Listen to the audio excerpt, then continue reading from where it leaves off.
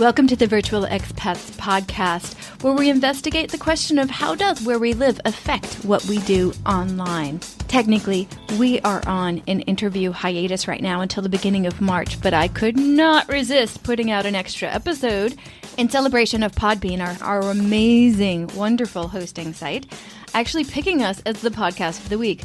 Thank you, Podbean!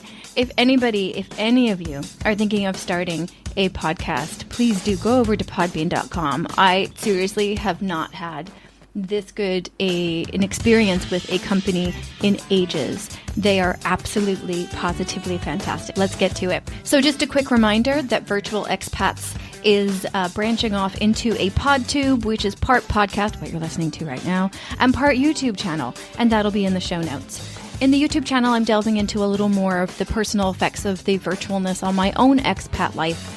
And in this podcast, we're delving into other people's experiences as they move around and what that does to their online presence.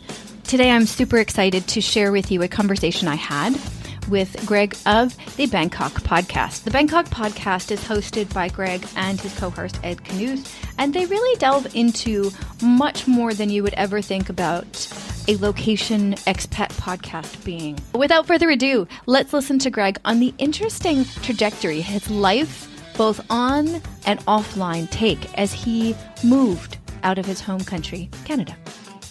Thank you so much, Greg, for joining us on Virtual Expat today. Happy to be here. Thanks for asking me. Can you do a quick introduction about yourself for our listeners? Sure. Starts when I was born. No, I'll keep it simple. My name is Greg. I'm a Canadian. I came to Bangkok, Thailand when I was 26 in 2001. That was for 4 months with a buddy of mine. It was all his idea, actually. We came over here and we were planning on traveling around, going to the beaches, having some fun, whooping it up a little bit. Then he went home after 12 days and I was just kind of like, well, the hell with you. I'm going to stay. Bummed around until I ran out of money. And then I thought, geez, I better get a job. And I got a job. And then 17 years later, married with a little kid and a condo and a job that I quite like. And I have no plans to go anywhere else. 17 years. That's amazing.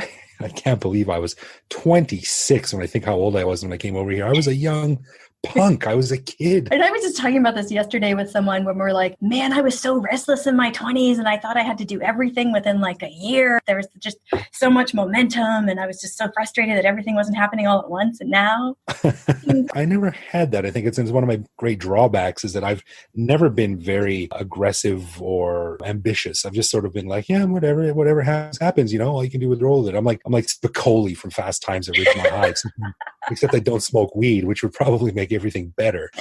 I'm just like, yeah, man, whatever, just roll with the punches, yo. And I've done pretty well so far. That being said, I'm still broke.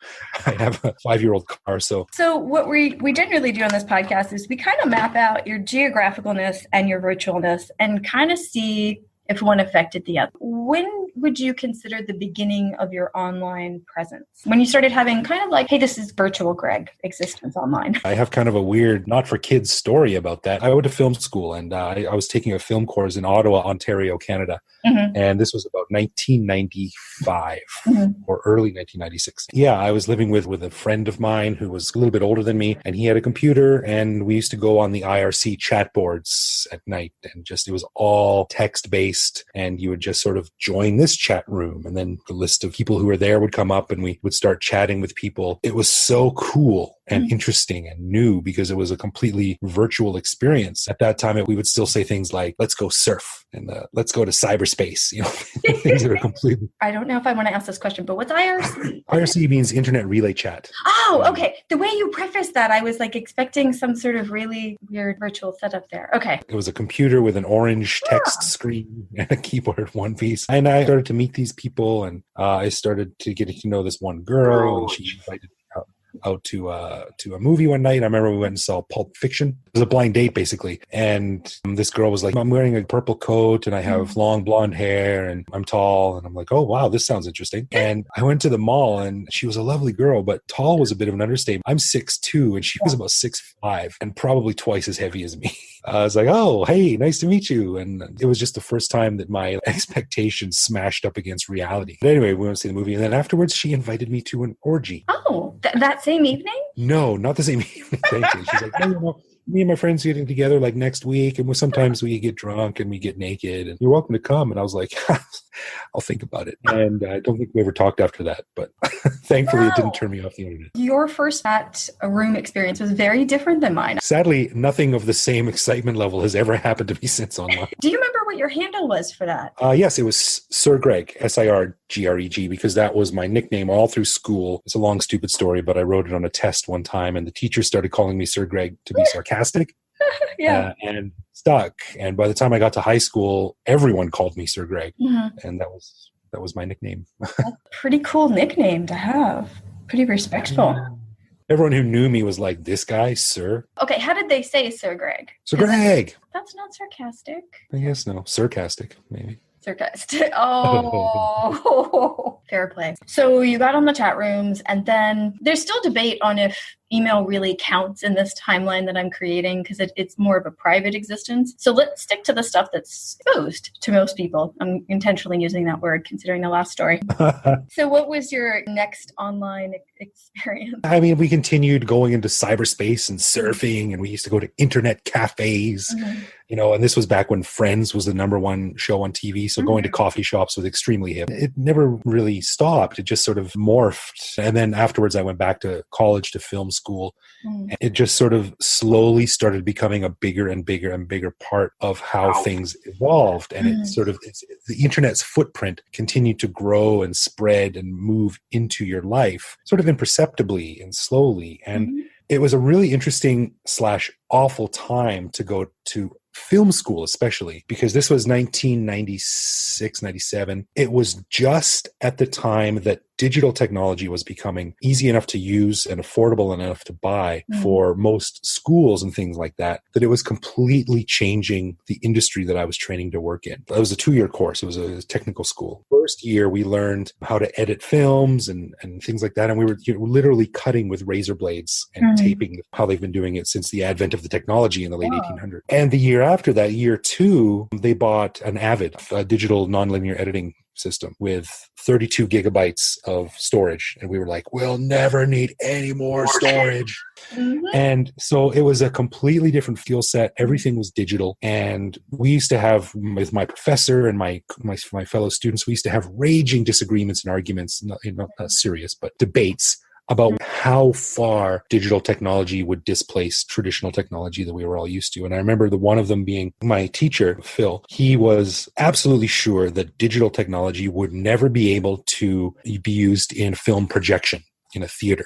Because he said, the picture's not clear enough, the light bulbs aren't powerful enough, it doesn't have the throw to get from the back of the room to the front, blah, blah, blah, blah, blah. And some people were like, no, you don't understand the way it's evolving, and back and forth and back and forth. And of course, now almost every movie theater is digital. And this is something I think about when I hear someone say like, oh, X technology will never be able to do this. And I just think, well, that's what they said about a lot of things. Exactly. It's more a matter of when than never. Exactly. Yeah. So the internet just sort of became slowly more and more and more a part of things. And a few years after I had graduated from film school, digital was sort of the standard. And now I have more technology on my iPhone here than I had access to in my entire 2 years of film school. Oh, for sure. Let's slow down a sec. When you were in film school, what things were you doing online? Where was Sir Greg virtually at that time? The curriculum that I was in didn't have an online component. It was more the digital part of things and how that was changing things. So it wasn't part of the curriculum I was doing, but I did enjoy being in a school that was considered like a technical college. So I have another sort of slightly risque story. I remember our building got wired up for the internet. Fantastic. You get an educational institution, they have fast internet. Nice. And so we got, probably 60, 80, 100 computers in these rooms hooked up to the internet at blazing fast speeds, which looking back was probably like a 512 modem or something like that. So I used to go up there after classes and just open up Netscape and be like, this is amazing. Like there's so much information online. And of course, because, I'm 20, whatever I was, 22, 24. And of course, I'm like, I wonder if there's porn on the internet. And of course, it was just like unlimited. And I remember one time I was seeing what was out there and what was available and what was going on. And of course, there's little postage stamp thumbnail videos of porno movies and stuff. And this was incredible, like, wow, this stuff is coming over the internet. And I was in a room and there was no one in the room, and I took the back row computer in the corner, of course, and it was a partitioned room with one of those like, plastic accordion curtains that goes down the middle. Yeah. So I'm sitting there in the back and Netscape's open and I got all these windows open and I'm like looking at this. Oh, what's that? Oh, wow, that's interesting. And then I hear this like click, click, click, click, click, click, click. And a teacher next door had opened the curtain and was looking in and he's like, hi, what are you doing? And at the time I had dozens of pop-up windows, like Britney Spears, Amy. All these I shouldn't be doing right now. Yeah, just really crude animated drawing, like 2-frame GIFs going off and stuff. And it was just like, like, I'm just, in the meantime, I'm like click, madly trying to click the X's in the corners of these Netscape windows. He was like, I think we should close down now. And I'm like, yeah, okay, I'll go. And I've continually found new ways to embarrass myself online. It's easy to do. I mean, things can happen so fast. Even back in the late 90s, things can happen so fast with technology that before you know it, you're like, oh, I really shouldn't have done that. Too late. Yeah, well, it's cheesy, but it's true. The old line is like, I'm glad there was no social media back when I was. I put a lot of thought into this as a father. Son is growing up. I'm like, Jesus, I'm gonna have to really sit him down and give him several talks. I don't know if I would have the smarts at the time to not post a lot of stuff or to have other people post stuff about me as I did stupid stuff in my teens and 20s. So I'm glad that's not an option. Well, it's an interesting time, right? We've only been online for what, 20 years? Sometimes even less than that for like really online, like social media. When did Facebook come out? Like 2006? 2004. 12 years. We still don't know the long-term effects of all this stuff. Right. Yeah. And I was actually looking through a timeline of social media because I always forget how late things started because I always just think, it's been a long time. But I'm looking at LiveJournal and Friendster and I'm like, oh, yeah. Oh.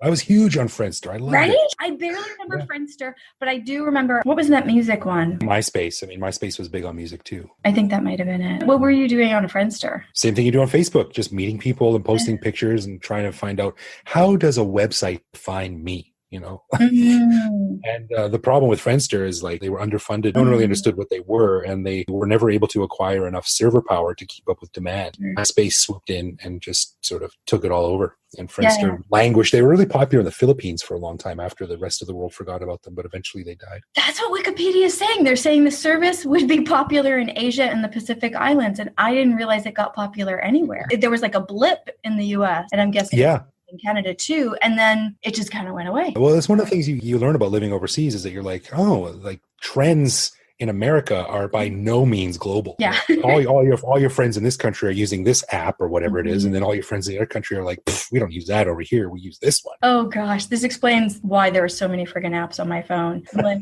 I need to be on this one for these people, this one for this person. My worldwide clock has 13 different cities in it for different people in different time zones. Pretty ridiculous, but it's the price of being a communications person in the 21st century. Just once you've gone overseas and met people who live in various different countries, then it's just never ending cycle of where is everybody now and what time zone is that? And how do we keep up? Exactly.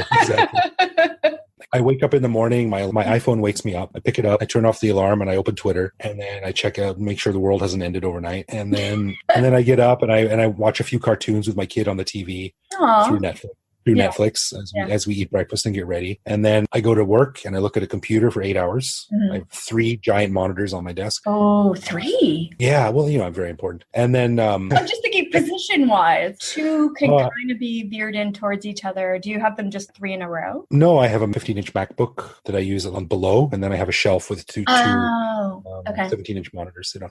Gotcha. Yeah, and then I look at computers all day, and then when I take a break, I'm checking my phone, checking Twitter again, check the mail, messages, whatever. And then when I come home, I maybe watch a bit more TV with my son, and on the train home, I look at my phone, and then I get on my computer at home and I do some freelance writing, which I sometimes still do, or I do my own podcast, or I update my blog. Like, it's just constant online. The graph charting my minutes per day of how long I spend online has just risen steadily and consistently over the years. Can you pinpoint when that started, when you started to be such a digital soul, when you started to check these things more and more and more, when that progression started? I can pinpoint the time when I really became interested in being on a computer all the time, or as much as I could. That was when Napster came out. Oh, Napster, yeah. 1999, 1998. I had bought my first computer. It was a compact computer, $800, a few months before all of this started. Say what you will about the morals, there's arguments for both sides, whatever. At the time, it was just mind-blowing, like unlimited music. And this was before the iPad and anything, right? So you wanted music, you had to go to the store and you had to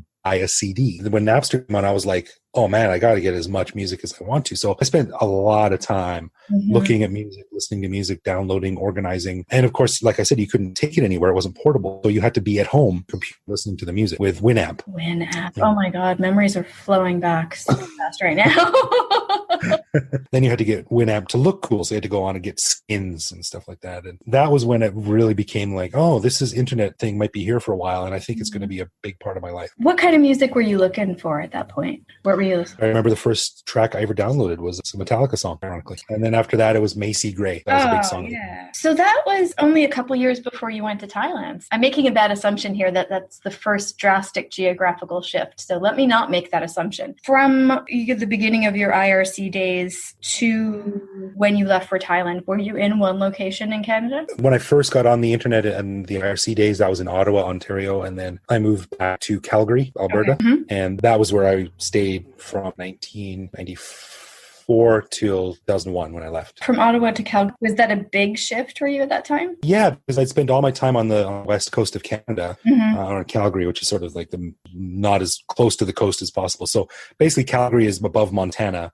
Gotcha. And Ottawa is above in Chicago. I spent my whole life basically on the western side of Canada, but I did have some friends in Ottawa that I was able to stay with when I was there. Just looking right now. No, Ottawa is directly above New York State. Sorry.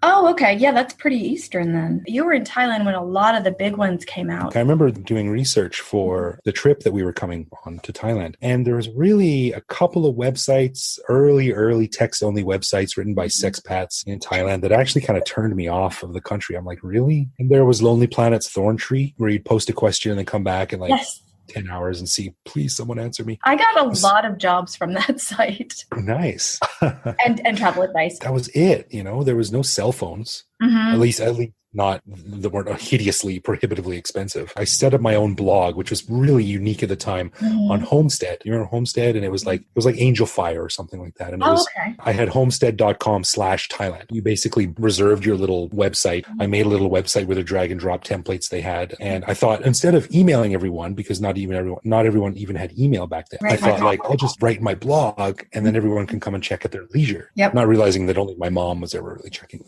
the blog. But I used to spend hours every day sitting in an internet cafe in Chiang Mai, uploading pictures that no one cares about, writing stories that no one ever read. I bet people were reading it. I don't know. There was no kind of stats available at the time. What? Okay, I started my first blog in 2003, and I had a stat thingy. I think I actually had to add it. It wasn't automatically on the website. I had to find some code and shove it in there. But I watched that thing every day. I'm like, maybe there was like one of those counters at the bottom, like 12 people have visited. Yeah, I don't think I ever bothered with that. You're such a good man. See, you were doing it because you liked it. I was like, I really liked doing it, and I wanted to see that people were reading it.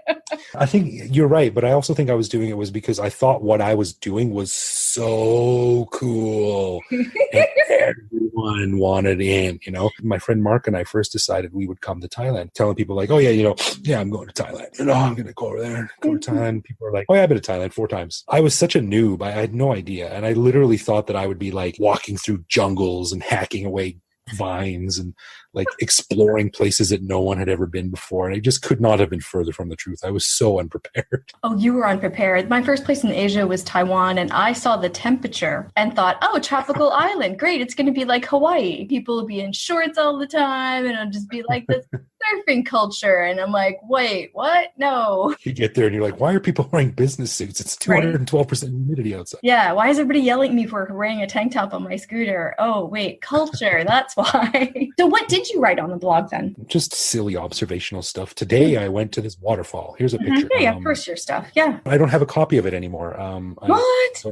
I don't know what happened to it. It got lost to the ether, to the bits and bytes of the internet. And you were in Chiang Mai first. Came over here to sort of see my friend Penny, who had moved to Chiang Mai to teach at an international school. And it's kind of sad because we got there, we did this amazing 8-day adventure tour with this company called Smiling Albino, run by 2 Canadian guys from Calgary, same as me. It was fantastic. Quick plug for Smiling Albino. They're still going strong, and they've significantly upped their ante in terms of sort of high-end luxury travel. Back then, it wasn't luxury. They're still going strong. Two guys who founded it together are still two of my best friends in Thailand. Did 8 days with them, and we finished in Chiang Mai. And then 4 days later, my friend went home. That's when I said, well, the hell with you. I'll just stay and do my own thing. And I really regret it because I spent the next, I can't remember, 9 months, 9 months in Chiang Mai doing jack shit. Just, I would wake up 10, I would go to Sizzler, some sausages or something like that. And I would go to the internet cafe and I would update my stupid little blog. And then I would go to the shopping mall and watch a movie or something.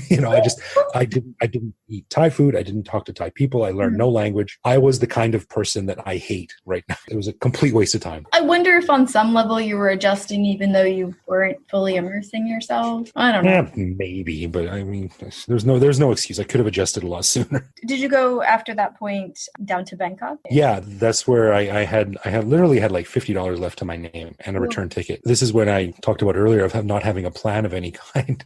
I was just kind of like, oh, well, whatever happens, happens.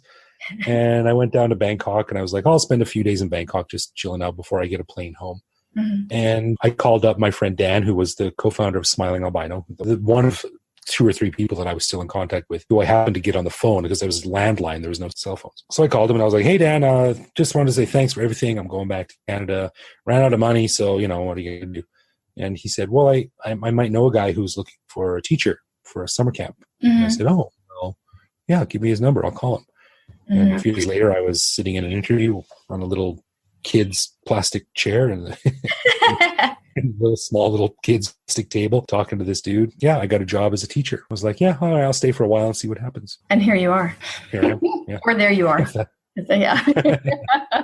Okay. So how long did you keep that blog going for then? I think probably about a year. And then by that point, Hotmail was the new thing. And after about a year or so, almost everyone had an email address. And I thought, I don't need to update the blog anymore. I can just write an email to everyone.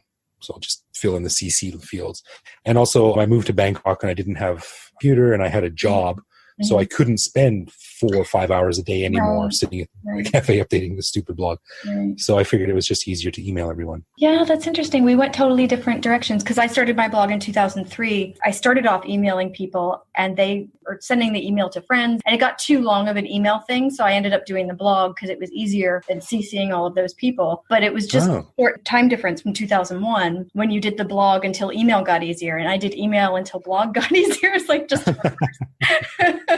That's funny. Just those 2 years made that big a difference. Things changed so fast in those 2 years. And then social media hit. Let's see, Twitter was 2006, YouTube was 2000. It's so hard to imagine YouTube being 2005. You know what's funny about YouTube? And this goes back to my story about film school. And I remember to get into film school, we had to do, the final step was a table meeting where 3 of you had to sit across the table from 3 teachers. And they grilled you and you had to answer the questions. Oh boy, defense, yeah. I didn't prepare. I was like, I don't know, I'll just speak honestly. What else can I do? It worked out okay because I got in. But I remember one of the guys that was sitting with me, I forget what the question was, but it came up, what idea do you have? What technology idea do you have that you want to like implement or something like that? He said, I want to open a video store. But instead of renting movies, you would rent other people's videos. And at the time I thought, that's the stupidest thing I've ever heard in my life. Yeah. And then like 10 years later, YouTube is sold for $1 billion or whatever it is, which is essentially nothing but other people's videos. So he had the right idea, just a slightly different concept. But tell you what, the first few years of YouTube were kind of, Anyway, yeah, it was iffy. And then just sort of one day it was like the thing. And then it started having music. And that's when I kind of jumped on board, like in about 2003. See, when I moved to Taiwan is when I had the fastest, most easily accessible internet of my life. I went to internet cafes and I did session. I have the world at my fingertips. Let's go. Right. Did you spend a lot of time on YouTube or Twitter or Facebook when it first came out? Like where did you spend your social media time in the early aughts? Well, MySpace was big. I'm still friends with a few people that I met on MySpace. Back at that time, Facebook was still very new and it was only open to college students with an EDU email address. If I was on Facebook, it wasn't what it is now. It was very new. Twitter was huge in Bangkok and Thailand. Like we were saying earlier, like different countries have different things that they glom onto. But in Thailand, at least for the expat community, it was Twitter. And it was the central repository for everything for several years. It was where I still have very good friends who I met on Twitter back in the day. We used to have tweet-ups, and we used to tweet about hanging out with the Twitterati, which is such a douchebag. They remind me of, what is a tweet up? Is that when you just meet people that you're in Twitter groups in person? Yeah, it's just like, hey everyone, tweet up on Tuesday at 7:30 at this restaurant, and like 12 people would show up. Twitter was really became vital in 2010, and that was when the first of my life, the first big violent protests happened in Bangkok. Okay. The red shirt protests of 2010, and that was when Twitter became indispensable, because this was when, you know, bullets were flying, people were getting shot with sniper rifles in the streets. Oh my gosh. Like 80 people were killed, thousands of people were injured. Whole downtown core of Bangkok was shut down. It was a war zone. There was tires on fire. There was tanks. Everyone was basically like, okay, just stay home for a week until they sort this shit out. But that was how you found out about things, was Twitter. It was on the ground, real-time reporting from your friends, from reporters. It became an indispensable tool for finding out what was going on in the city, where there's a language barrier, and so you can't read the newspapers. The language press is basically, so it became a really, really important tool. But even before that, it was important socially, to getting to know people and sharing photos and things like that. So what's the go-to social media in Thailand right now? Insta, as the hip kids say. Oh my God, it really has taken over all over. It's ridiculous. I hate it. I don't get it. But Suvarnabhumi Airport in Bangkok last year or the year before was the most Instagrammed location on earth. Wow. I have to admit, I've gone over to the dark side, although I'm still resisting Facebook after like a decade of being off of it, I think. There's a big language learning community on Instagram, and I like it now. Yeah, well, I don't want to. I'm on it. I'm on it because I'm kind of a social nerdy guy, and I use it on with the Bangkok podcast, with my podcast. You know, that it's connected to our Bangkok podcast Facebook account. So when I post photos, it automatically goes to there. And also, I have it set up. I have an alternate Instagram account, and what I use that for is it's connected to an app on my phone called Chatbooks, and so I use this alternate account only for pictures of my son. And it's set to private. And it's got one follower, me, and my main account. And then every time I post 60 pictures, it links to Chatbooks, and Chatbooks automatically prints those 60 pictures in a book and ships it to my mom in Canada. So, oh my God, that's brilliant. Every couple of months or so, she gets a nice photo book of her grandson in Canada. But going back to your question, Instagram is huge here. Line is massive. That's what everyone uses. Snapchat is big. And that's probably the top three. I've never got online. I've spent stretches between contracts, like mostly up in Chiang Mai, but I've never gotten on social media there. Usually when I'm there between contracts for like a month or two, I'm so disconnected from everything, or I'm just job searching like crazy that I'm not terribly social at all. What does Line look like? I think a very good analogy would be WeChat. Oh, okay. It's basically the WeChat of other countries, not China, but it doesn't have nearly the same social integration, the level of social integration. You know, paying bills and groceries and stuff like that. You can't do that. Yeah. Although we do have a professional Line account for our podcast where we chat with our listeners and we send out a link to the show every week. So some foreign podcasters in China that have official WeChat accounts for their podcast, and then they do similar things like that. I struggle with that because I have 3 and I refuse to have 3 additional accounts. I'm on social media mostly for the pictures at this point because I'm so sick of reading tons of stuff.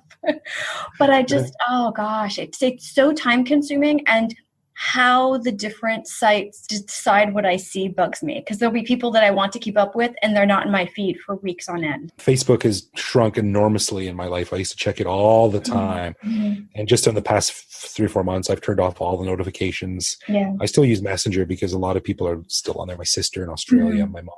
But yeah, Facebook drives me nuts. Like, they decide what I see, and I think all anyone wants is just like, let me see a chronological feed of stuff. And Instagram's the same way. Instagram got rid of their chronological feed, and now it's like you look at it and then you close it and you open it up 10 seconds later, and it's a completely different set of photos. You're like, what the hell am I looking at here? It's very I'm almost to the point where I'm going to go up to the people that I follow and just click on them individually. Like, whose stuff do I want to look at? Because I'm so frustrated by what they're showing me. Exactly. Yeah. Just scroll through your list of friends and then. But it's not as easy. So I haven't done it yet, but it's because I feel like I am missing some stuff I really truly want to see. And then I post all the stuff that I'm like, okay, I started following someone because they had some good pictures of art that they're doing, but I don't actually know them. So they're not as important to me as people that I know that I want to follow and see what they're following. It's just, algorithms. My goodness. Hey there, this is Stephanie. I'm really excited that you're listening to this interview. I certainly had a wonderful time talking to Greg about these issues related to moving around and what it does to our online selves. Here's the deal. I really would love to grow this community. I'd really like to get more stories from other expats, and I'd like to hear from those of you that are not expats about what you think about all of this stuff we're talking about. So here is my request, my call to action. I would like you to please screenshot this podcast image from whatever app you're listening to it in and send it to 3 people and say, I think you'd like this, or something to that effect. Letting other people know about this podcast is the best way I can think of to increase our community, to have more to talk about, and for me to find other expats to interview. Thank you so much for spreading the word about virtual expats. And again, on every social media now, I'm even on Facebook. Oh my gosh. I am STEPHFUCCIO. Twitter, Instagram, Tumblr, Facebook, WeChat. If you're in China, you can reach me anywhere if you'd like to send me information directly about what you think about this project, or if you'd like to participate yourself. Thank you so much. 3 people. 3 people. Thank you.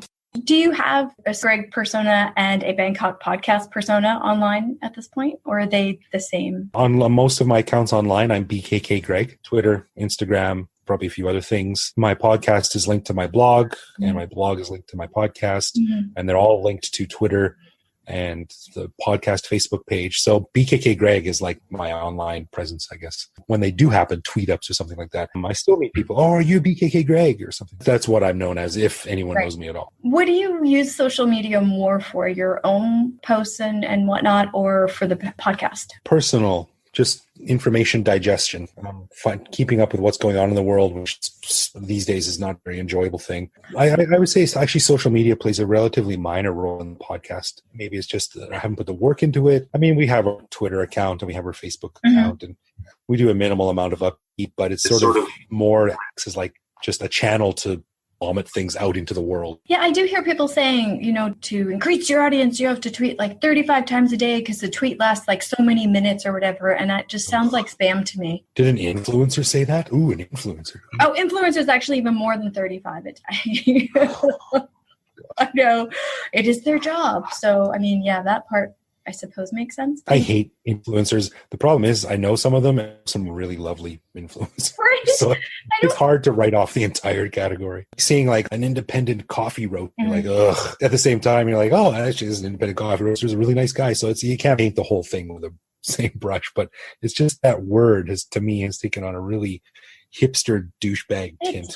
Although I suppose celebrities have been doing that forever. In my lifetime, we've used movie stars and TV stars and whatnot to advertise different products. Yeah, but at least they can do something. Anyone stand on a cliff in front of a sunset holding your boyfriend's hand while he takes a photo. Like, show me something new and interesting and cool. Like, anyone could buy a plane ticket. On the podcast, we're playing with 3-letter acronyms because there's IRL that already exists in the world, right? It's in real life. In a previous episode, we were playing with the idea of VRL, like virtual reality life, because there isn't really a term for the opposite of IRL. Oh, yeah, okay. Work-life balance, that's a phrase. So I want a IRL, VRL, I want like a phrase like that. That's a really good point because, if you say something like, oh, he's a friend IRL, even on my Facebook page, if you're not my friend, the message you see when you go to my Facebook page was, sorry, I only friend people I hang out RIL. Oh, yeah, see? I think I would say probably, I know them online. But that's a lot of work. And again, when you're doing the pairing, IRL and online, that's just about right.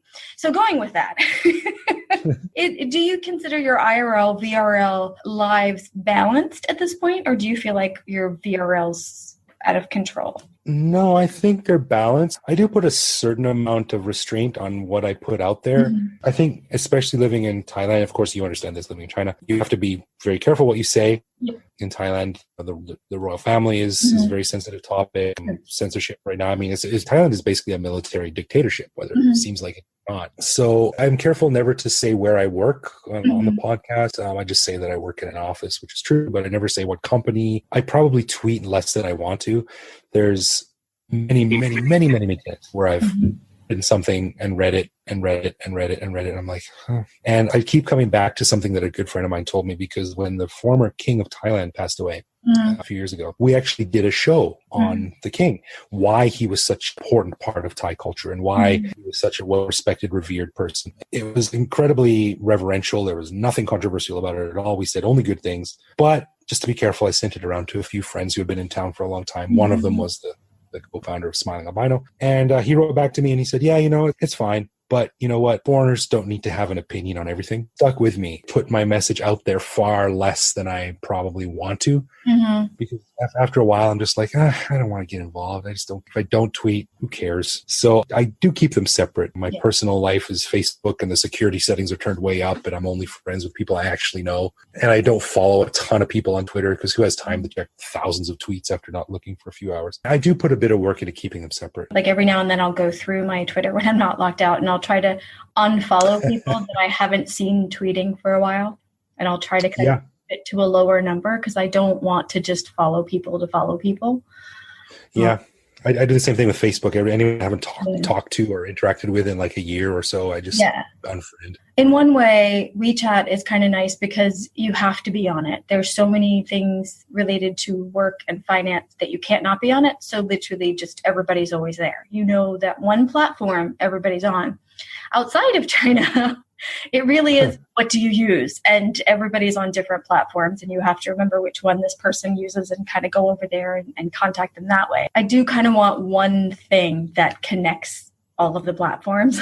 Oh, that'd be nice. There used to be a few chat apps like Adium and things like that used to connect things, Hotmail and Messenger and things, but they never really caught on. I don't know why. I don't know why either. I mean, I understand there are slightly different ways that the different ones look and how what they do and that kind of thing. When you're saturated by too many choices, I feel like that's where I am with social media on some level. The paradox of choice. I feel like I'm in the way too big North American grocery store, and I don't need 20 or 30 kinds of ketchup. Yeah. And it also applies to the media landscape too. Like years ago, you had 12 channels or whatever it was, and you watch a show and that's it. Now there's thousands of channels, and I watch way less TV than I used to because it was time. Yeah, exactly. I watch actually more YouTube stuff than I do at this point. Because I actually know the days of the week. Some of the folks that I watch on YouTube actually post new videos more than you're flirting with danger there. It's just a show. It's very theme oriented. Some of them are travel, some of them are food. They're just slightly less polished, slightly funnier versions of what I would have watched on TV if it had existed. Okay. So I subscribe to 3 or 4 channels that I watch regularly, and that's about it. 3 or 4? Oh no. I was doing a YouTube channel for a while also, so that I ended up subscribing to too many because I tend to poach ideas from a lot of folks when I'm doing something. And so imitation is the sincerest form of flattery. Right? There you go. But I've tapered back since then. But it was fun to see how different people were doing different things. But going over into the trending area in YouTube is really discouraging. I like either the informative, the educational, the kind of brain scratchy, kind of learn something part of YouTube that's developed. And the trending stuff tends to be the goofy, extreme, hypersexualized, or just kind of like bizarre stuff that I'm not sure why it exists. You know what I just started pondering over? Have you ever heard of ASMR videos? Have you ever seen ASMR videos on YouTube? Yes, I have. There's one woman who lives in Victoria, which is a town I spent some years in when I was a kid in Victoria, Canada. And all it is, she's looks like a very attractive Asian woman. And all it is from her nose down as she sits there and goes, I'm about to eat a plate of salmon. And she'll just like go...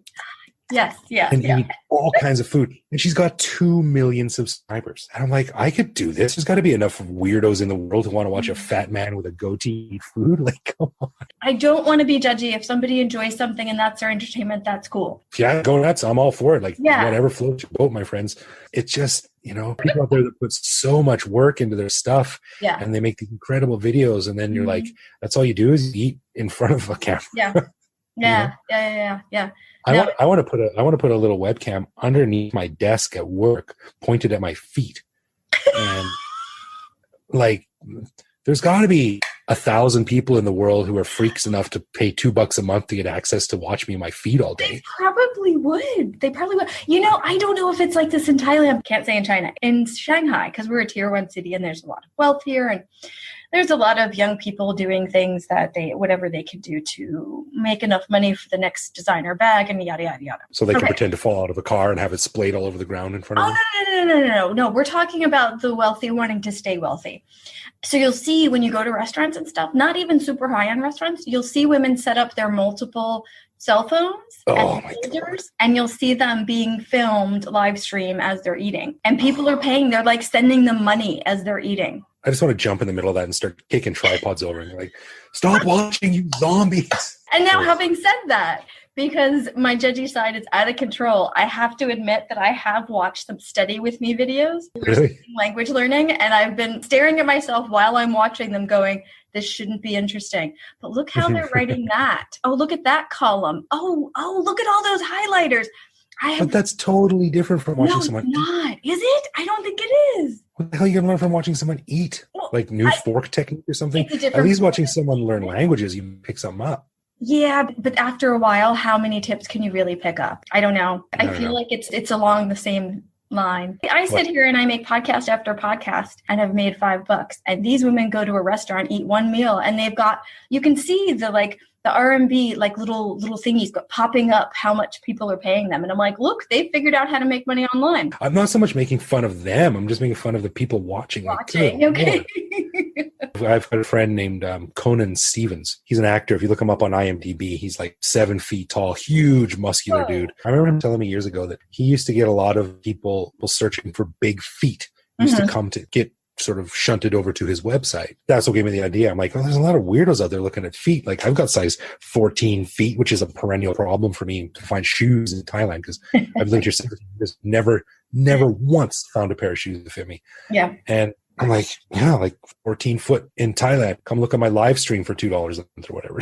You should try this. You should definitely try this. Oh my gosh, he's huge. Oh yeah. He's a really nice guy. He's super funny and he's very abrasive. And hey, and of course, because I've got a dirty mind, thinking like, and for $5 a month, I'll just tilt that cam up. You can look at my crotch all day while I'm sitting in my Patreon level, 2 tiers of service. I'm just providing something to the weirdos that are already out there. Oh my gosh, there's so much potential for so much weirdness online. Have you ever put anything online that you regretted later? Yeah, there have been a couple of blog posts that I put up, especially in the wake of the 2006 coup in Thailand, that were very critical of the government or certain people in it. Actually, the guy I just told you about, Conan, he wrote me an email and he said, hey man, just read your posts. As someone with a lot of experience online, he basically gave me the whole foreigners don't need to have an opinion thing. And he said, like, you might want to just take this down. Like, if it's taken the wrong way, you could be in trouble. And I reread it again. And I'm like, you're right. So I took it down. That is a good friend. Yeah. And there was another time when I sent out a particularly harsh tweet that was making fun of, I won't get into the details because they're boring, but I was taking the piss out of a particular aspect of Thai culture. And this was only a few years ago. And the CEO of my company wrote me an email the next day. He's like, hey man, you might want to tone it down. Like the guy in charge is this and this and this. You work for a big company and if it goes bad, it's going to go bad in a big way and you're not going to come out on top. I didn't delete it, but it just sort of reinforced that I think it's easy to lose track of the fact that people are watching when everything you put online, and maybe not everything, but if it's online, it's out there, it's in the public domain. You need to be responsible for everything you put out there. Do you ever go back and delete or save or do anything with any of your social media regular feeds or posts or anything like that? Do you do anything with those? No. Once they're done, I forget about them and move on. I don't think I've ever deleted a tweet.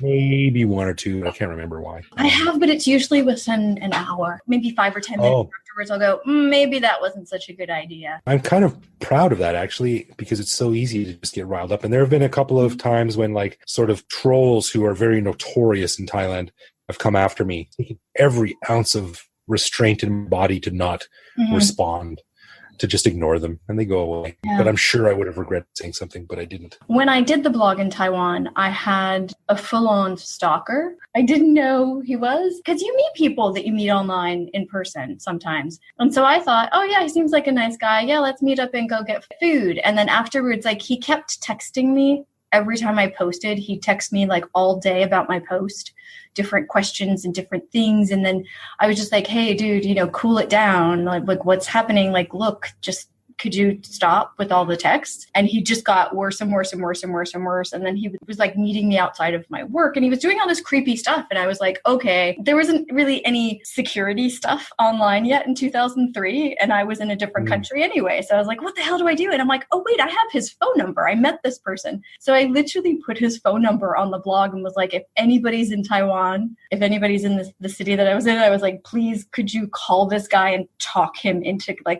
just backing the hell off? And somebody did. Oh, really? I was just terrified. I was like, I have no way to talk to. I had no local language skills. I didn't really know a lot of people there at that point. It was just a few months in. And I was like, I have no idea what to do. I mean, I have these people reading the blog. Maybe one of them will be able to help me. Wow, you basically crowdsourced the bodyguard. Kind of, yeah. That's cool. It is cool. It is cool. It was creepy that it had to happen, but there's a lot more stuff online now that it can stop before it gets to that point. I think it's weird because obviously it's different because you're a woman, and I think women sort of are we get this a lot more, obviously. But I've even experienced where people like they're fans, for lack of a better word, and they. You extend a little bit of friendship and they maybe take it the wrong way. I've never had anything that bad, but I've had people that got a little too familiar. Me like, hey, I'm having dinner. They send me a picture of their food, and I'm like, I don't care what you're eating. It's just they put more stock into what I'm doing than I do. Maybe like I'm just some asshole talking about Bangkok with a friend.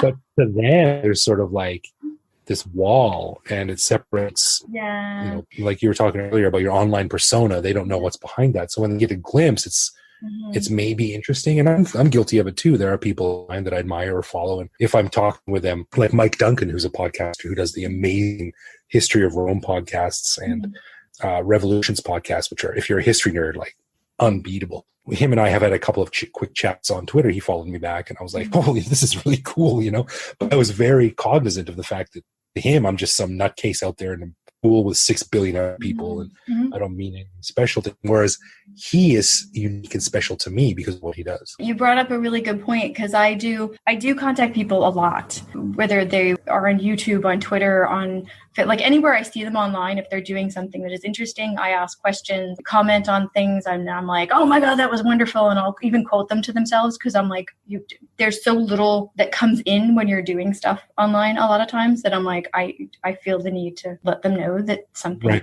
happening, somebody's listening, something's happening. I don't know. And when they reply, I have that, oh my God, connection has happened moment. Yeah, exactly. Yeah. I'm special. They've chosen me. Meanwhile, it could very well be their assistant or something that's doing it. I had a podcast last week and I was like, oh my God, this is exactly one of the questions that I'm trying to get at with this very podcast, the Virtual Expats one. And I was like, I was reading about it and I emailed him this long email. 4 days later, somebody who has access to his social media account hearted my tweet to him. And I'm like, proof that he agrees with what I said. No, exactly. We're on the same page. We're totally best friends now. No. We could not be more in sync. He's like, all. I was in my pocket accidentally does a butt heart.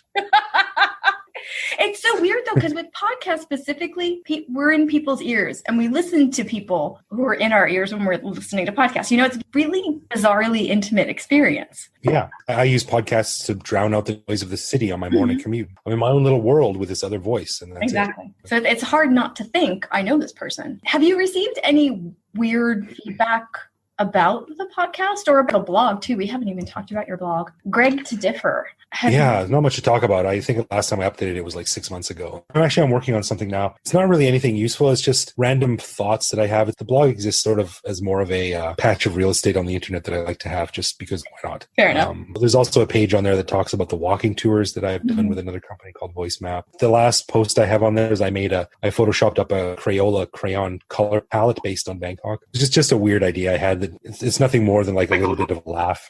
And the next blog I post will probably be something similar with an idea for like a bingo sheet based on Bangkok experiences. They don't really add anything to the conversation, but they're just sort of more of a little like fun goof of an expat living in Bangkok. There's nothing wrong with that at all. I mean, they're entertainment and you're funny. So with any of the things that you've put online, have there been any weird feedback that you've gotten from your audience that threw you off guard? There have been a few comments on the podcast where we've had a guest on, and one of them stands out. One of our regular guests is a British monk who's been here for 22 years. Yeah. And Pandit. Just had lunch with him the other day. Actually, he's a very nice guy. He came on a while ago, and we did a talk about this particular sect Buddhism in Thailand called Dhammakai. And his temple, the Pandit's temple, is associated with this sect somehow, very vaguely and tenuously, but there is an association there. So he is somewhat of a controversial person to some people. And we did the interview, and it was very interesting, blah, blah, blah. I put it up there. And you can still see now, it's on the site. This was months and months ago. But someone chimed in with a comment on the post, and it was like super long, like paragraphs and paragraphs long about what Pandit said and what actually the scriptures say, blah, blah, blah. There have been a few things like that where I am clearly out of my element and I don't know how to respond. I can't respond because I don't know what the guy is talking about. There have been a couple of times where someone has left a comment or something, and that if I was much more intelligent, I could probably debate or answer back. But at the time, I'm like, thanks for your comment. Yeah, okay. Thanks for listening or whatever. I can't really say anything because I'm just not smart enough. It's not that you're not smart enough, that's not your specialty. I mean, you bring on guests because you are experts, and then you shouldn't have to be responsible for every single topic that other people are experts for. Yeah, that's a good point. That's a good point. But I'm the conduit, and the guest and is on one side, and the commenter is on the other side, and I'm in the middle going, I don't know. So, and it would feel weird to say, hey, to your guest, hey, could you answer this? Because they've already done their job, right? I mean, they've been on there, they're a wonderful guest, and then this particular case, I did talk to Pandit, and I was like, hey, there's a comment on the site if you want, go and answer him. And he was like, nah, fine. Very Buddhist of him. That's all right. Yeah, he has an opinion. I'll leave it to him. You mentioned earlier how young the internet is, how young social media is. I feel like we're still kind of floundering and figuring out where we are in our VRLs. In school, we learn how to read, we learn how to write. Do we need some sort of VRL training as we're growing up so that we don't make mistakes that a lot of us make as we're using social media and the internet in general? I would say, yeah. When I was in high school, my friend Alec and I came up with the idea, like, we're not learning the things we need to know. We need a class called real life experiences or whatever it was. And we were half joking and half serious. We were sitting there in our free periods going, no one teaches us how to balance a checkbook back when these things were used. No one teaches us how to do taxes. No one teaches us, how to change a tire on a car. And, jumping forward 25 years, yeah, I definitely think that like navigating the digital landscape in the 21st century should be compulsory, because I think a lot of people just don't know or understand how far the ripples can go after they drop a rock in the pond. This is a fun story about when I was at the company I used to work for. We all had to go to this hotel ballroom, several hundred of us, and the CEO was on stage, and it was a compliance training afternoon session with the legal counsel for the company. And the CEO got on stage and he was like, blah, blah, blah, this is why you're here. Thank you for coming. This is very important, and we all need to know how to navigate online and when to, sort of like when to post something and when to shut up. As he was talking, someone in the audience, an employee of the company, took a picture and put it on Instagram. And the caption was like, boring. We got back to the office.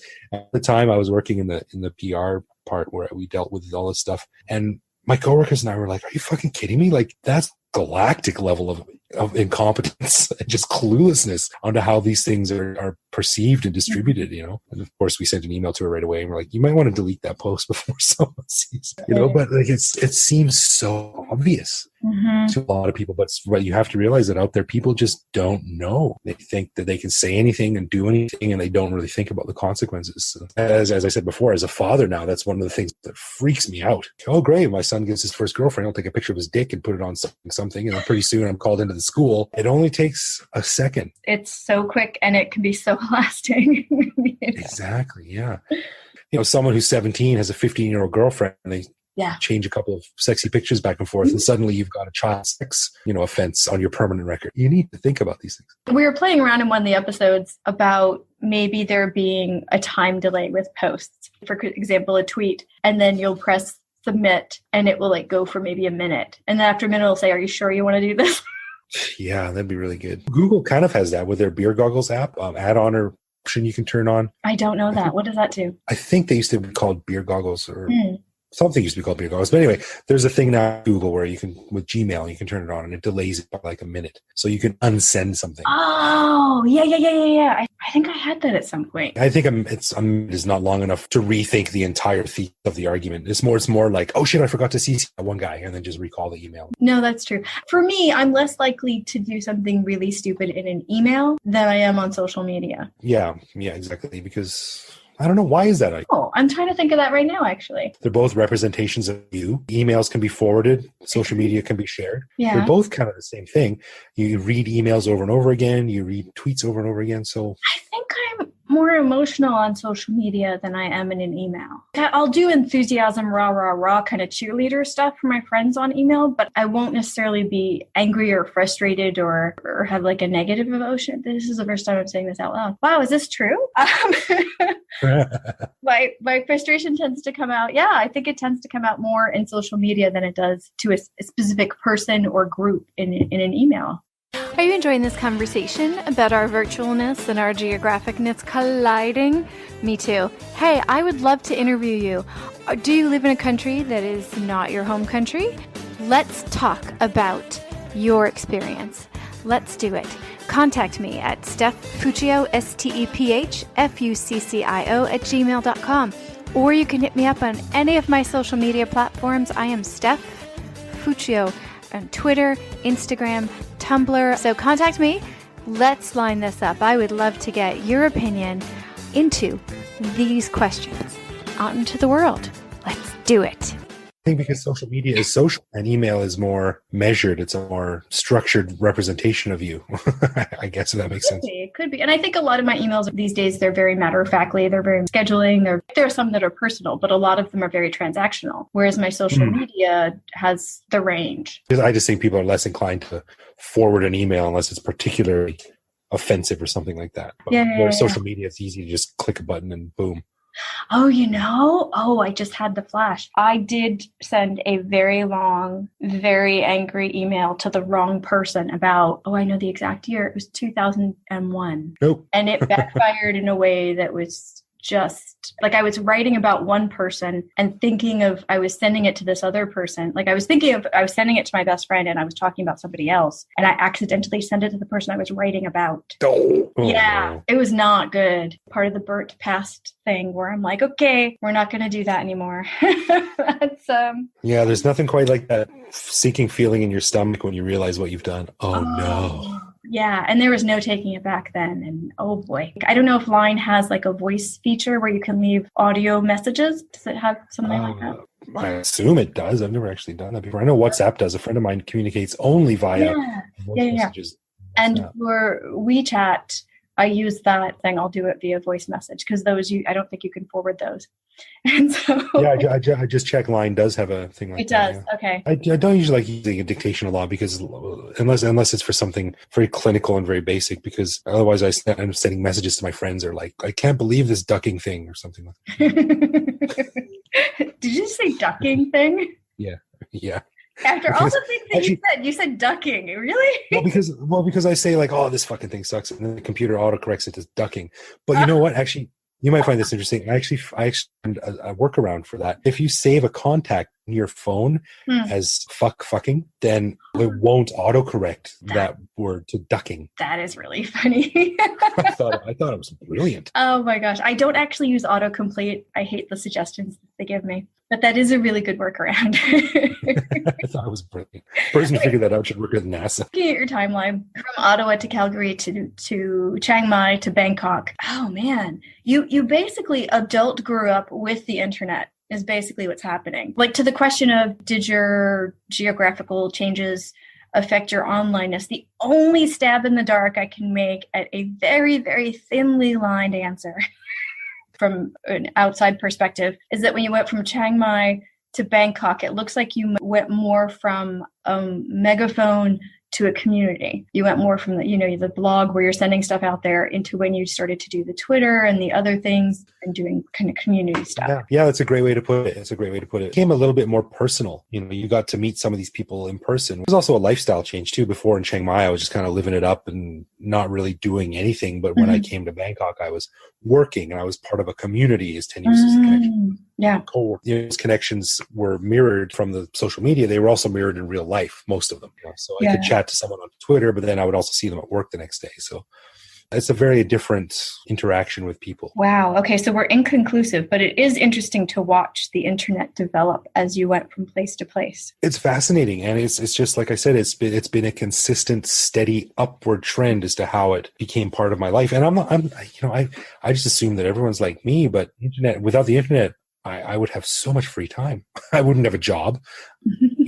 I don't know how people can not use it as much as I do, because I get so much use out of it. It's like watching an old TV show and they don't have computers on their desks. And you're like, how did you get stuff done? It's absolutely puzzling. I'm like you. My first response to most things is I'll look it up online, or I'll create this online, or I'll contact this person online. It's like just a phone or a computer. There's always something kind of digital involved with a lot of things in my life, and not everybody's like that. Yeah, and a lot of my conversations, actually, which I realize is kind of probably annoying, is like, did I ever tell you about this one thing I saw, blah, blah, blah. Let me show you online. And it's like, most of my anecdotes can be bolstered by a GIF or a meme or something like that. It's actually gotten to the point now where I'm doing these interviews online on podcast, or if I need to send some questions to someone, I prefer doing it completely online, whether it's voice or text, like meeting people, like, oh, I gotta get out, sit and meet this guy and do this, deal with whatever, and like, why can't we just do it online? Right. Like you and me have never met. There's no reason to meet, really. We're having a conversation, and the conversation is going to be put out to the world. We communicated before via email, so there is something definitely lost when you don't have a face-to-face relationship with someone, like in terms of the conversation and the body language and the nuance and things like that. But yeah, I prefer to just do things online. It's just so easy. Everything's traceable. There's a paper trail. You can find things. Maybe I'm just a nerd. No, I agree with you on so many levels. I wonder sometimes that time period when something's going to happen to the internet, when somebody's going to hack something super important and part of it's going to go down over here or over there for so many days or so many weeks or whatever. Is that an inevitability? How will I stay sane when that happens? Who's going to emerge from the ashes as the new leaders are the people who still have the old encyclopedia, right? Britannica encyclopedias. Yeah. Like, these weren't affected by the EMP that went off in the atmosphere. Exactly. I have all the knowledge, Exactly. I mean, just the thought of even a day of everything being blacked out. It's just, okay, a day might be okay.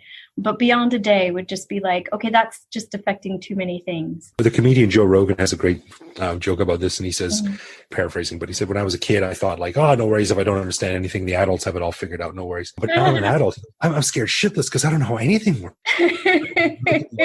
He looked at the audience and he goes, imagine all of us in this room were stranded on a desert island together. How long do you think it would be before someone could send an email? I have no idea. Like, there's just so much stuff that we take for granted. I understand my dependence on it. I don't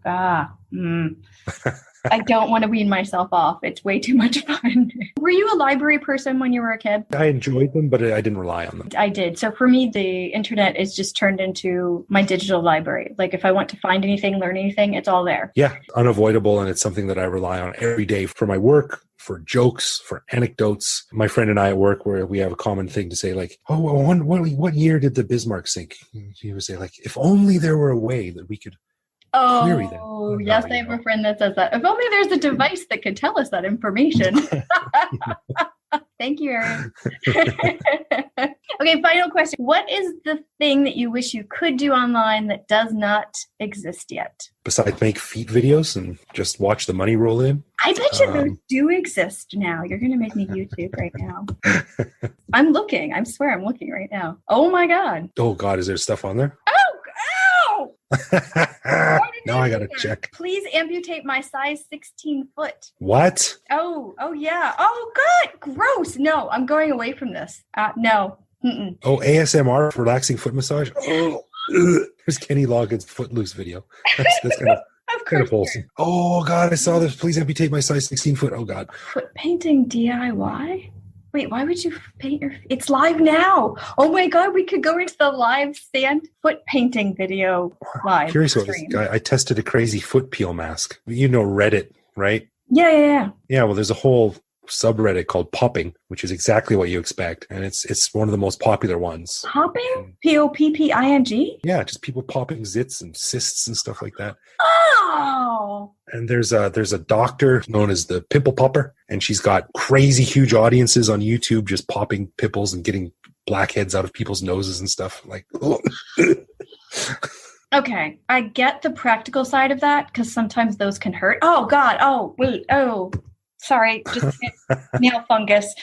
But there being that many people watching it. Wait, we've completely veered off with the question. Was that your serious answer to the question? Was the foot video thing? Okay. No. I'm just sort of a little bit stunned that this guy's got 11 million views, size 16 foot thing. Anyway, please rephrase the question. I'm going to close the tab.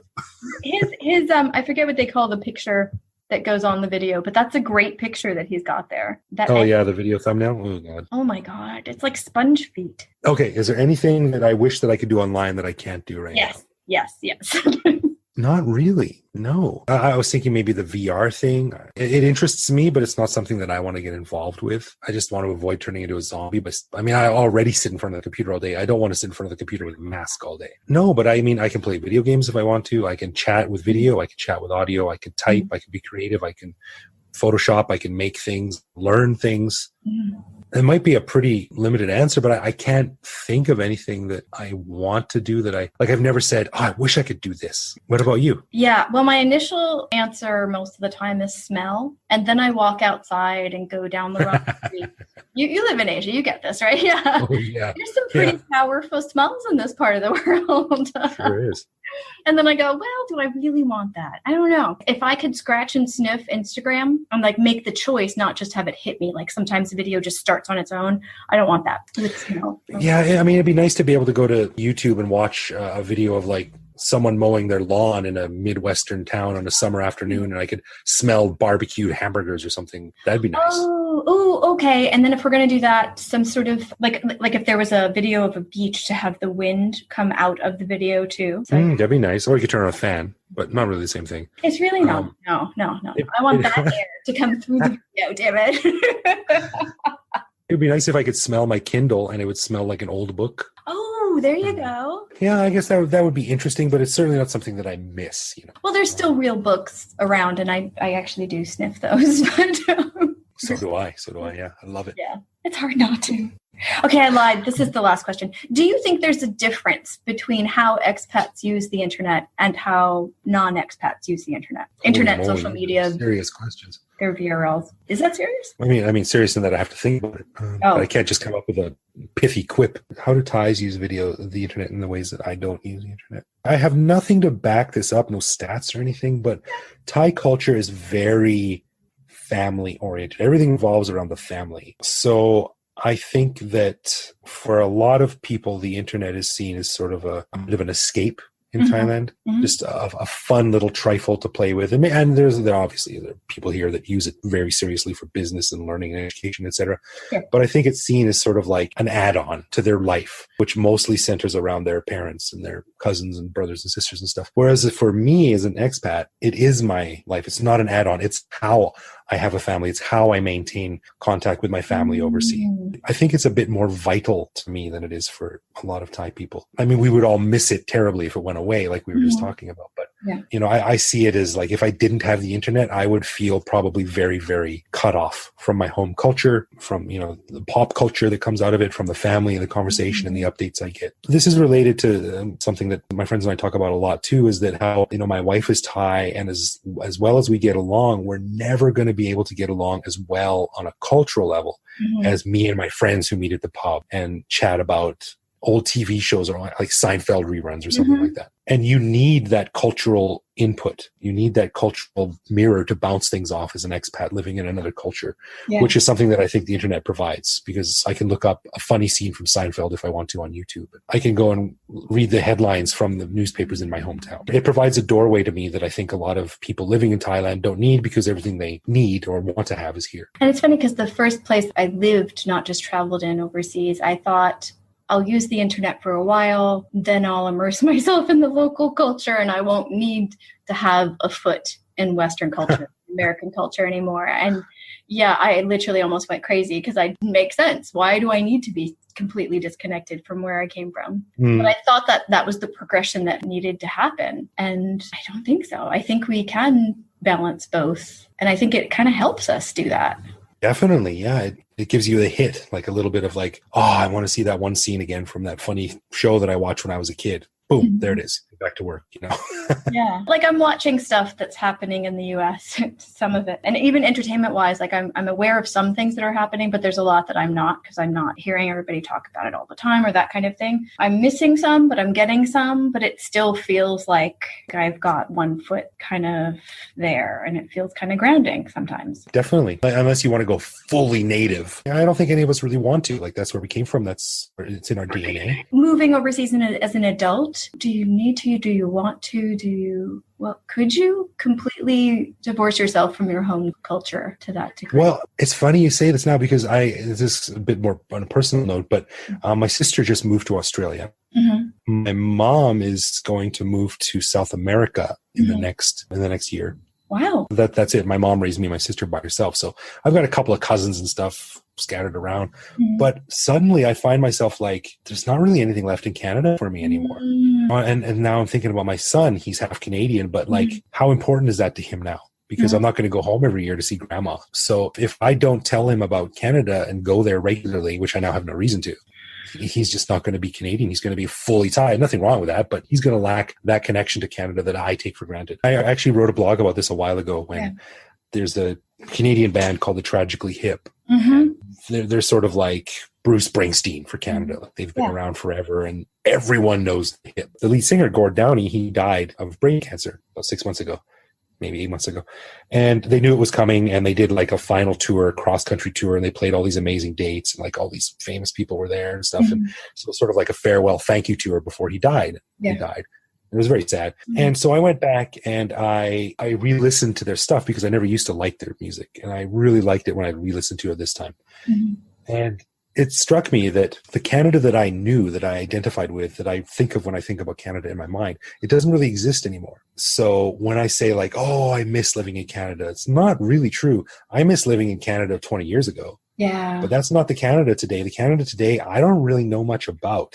Yeah. Politically, culturally is okay. I've got some touchstones that will never go away. But, there's so much about Canada that I just don't know anymore. Yeah. So it would almost be like moving to a totally new country if I ever did move back. So I'm not really sure where I was going with this, but keeping on top of your culture is complicated. Yeah, it's very complicated. Well, my parents both immigrated from Italy and then had 3 kids, and I'm the youngest. And so I grew up, like they brought us over to Italy a few times and stuff, but I grew up in the US. So I was surrounded by Americans, and I had as much American culture as I could get outside of the home, but then I had kind of Italian culture inside the home. And so there's bits of both that I have and bits of both that I miss. And I wonder if part of that is what your son's going to have. And is that so bad to have your part of Canada in him as what he knows about it? I don't think it's bad. I'm just put some more thought into it. And my grandparents came from the UK when my mom was about 12. Mm-hmm. She grew up in Canada since then. So he's going to have the same connection to Canada that I have to the UK, which is not a lot. Back in the beginning of this podcast, it was a completely different creature. And I was just kind of investigating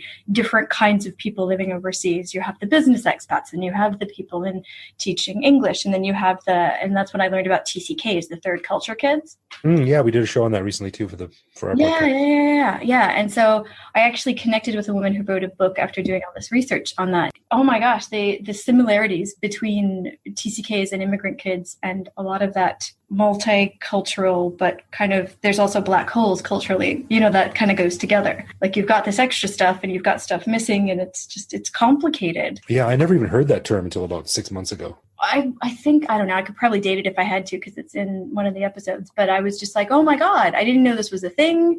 And then I started like looking at videos that different TCKs did and reading the descriptions and the identity issues that they had. And I was like, oh, I've got some of those. There's a serious Venn diagram that we can overlay here. I'm just like, wow, that's some complicated stuff. Yeah, it's a struggle. It's a constant back and forth. And after being overseas for so long, I've been 17 years. Do I even want to go back? Do I even care anymore? Like, I mean, I'm super proud to be Canadian. I'm always going to be proud to be Canadian, but that fades over time. It just has to, because it just becomes a memory. And like I said, the Canada in my mind is not the Canada that exists, that my friends live in. Is that kind of true when we're staying in the same place? Like, is Thailand even the Thailand that you knew when you first moved there? No, it's not. But at least I can say, oh, this is how it's different. That's true. Yeah. I don't know what's different now. Like, Gord Downey's dead. I say if I went back to Canada and got a job, water cooler talk, I would have no idea. Like, oh, this politician was in. Remember a few years ago when he did this? And I'd be like, no, I don't know what you're talking about. Oh, remember when this sports team won this thing? No, I don't know. I wasn't here. Yeah. So there's all these like cultural touchstones that they take for granted that I wouldn't know. Again, which is why I need to have my Western friends here, because we can joke about Seinfeld and we can joke about the stuff that we all used to share back in the day. No, it's complicated. When I first started living overseas, I would spend like 6 months in different countries, and then I'd go back to San Francisco and spend 6 months there working and saving up to do the next round of working overseas for almost nothing, and broke again. And I'd do that a few times back and forth, and I'd work in offices, and I would have those awkward conversations where they're like, hey, so what'd you do this weekend? I was like, well, I spent all the time on Thorntree researching my next move. And they're like, what? Sounds fun. They're like, oh, where are you from? And I'm like, oh God, that question. I could just start lying. And they're like, oh, last month. And I was like, oh yeah, I was in Taiwan then. And they're like, wait, what? Like, it just, every conversation would just end as soon as I would speak. And I'm like, this is awkward. I think it's more comfortable if I just didn't come home, because it's just such a strange conversation to have so many times. Yeah, no doubt. No doubt. For example, if you decided to move back, then your son's Thai side would be the opposite of what it is now. Like, now his Canadian side is kind of not as strong as his Thai side. But if you guys move to Canada, then his mom would need to make sure that his Thai side would be like a strong memory. You know what I mean?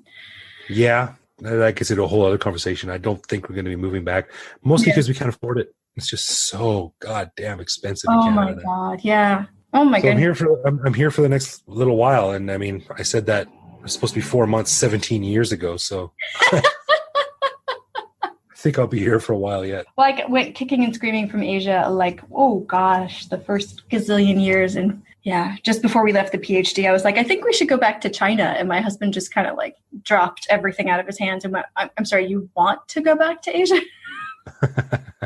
Well, that's a different thing. It's good you got a partner that's open to that. Oh, yeah. Well, we met overseas. We met in Vietnam. Oh, cool. Cool. Yeah, because it makes sense for Americans to meet in Vietnam and get married. And yeah. That's an interesting dynamic. We could probably talk about that on a whole other topic. My wife is Thai. Your husband is American. You're American. So you have that someone with you all the time, which must be really nice to chat with and joke around and stuff. It is. It's not as much of a Venn diagram as you would think. I'm from the coast and he's from a very conservative, in a very, very different part of America. There's some overlap where we'll laugh at the same thing or get references or get what each other's talking about. And there's a lot of times where I'm like, wait, why did you say that? Or what does that mean to you? So thank you so much, Greg, for joining us on Virtual Expats. This has been a wonderful experience. Yeah, no, my pleasure. It was a great conversation. And it's nice to have stimulating conversations about the expat life with someone outside of Thailand, because every country is different. So I really enjoyed it. Have me back on anytime. All right. Well, thank you so much for joining us for this episode of Virtual Expat, and special thank you again to Damon Castillo for the music and to our special guest this time. If you'd like to be interviewed for this podcast, just send me an email or contact me on social media. In the show notes, you can find all my information, or you can just jot it down right now. Are you ready? Here we go. Steph Fuccio, STEPHFUCCIO, Gmail, Instagram, Twitter, Tumblr. There you go. Contact me. Oh, also LinkedIn too. You know what? I keep forgetting about that one. Hey, thank you so much for listening, and I look forward to your questions, comments, feedback, any information, and volunteering to be on the podcast as well. Thank you so much, and have a wonderful, wonderful day, on or offline. Membership fees apply after free trial. Cancel anytime. You know what's wrong with health and fitness? You weaponize it against yourself. Why didn't you go to the gym today? You're so lazy. Why did you eat that? You have no self-control. Stop it. At Beachbody, we think training and caring for your body in a way that works best for you should be about loving yourself. Let us help you without all the judgment. Here's how. Go to beachbody.com to claim your free membership and start feeling great.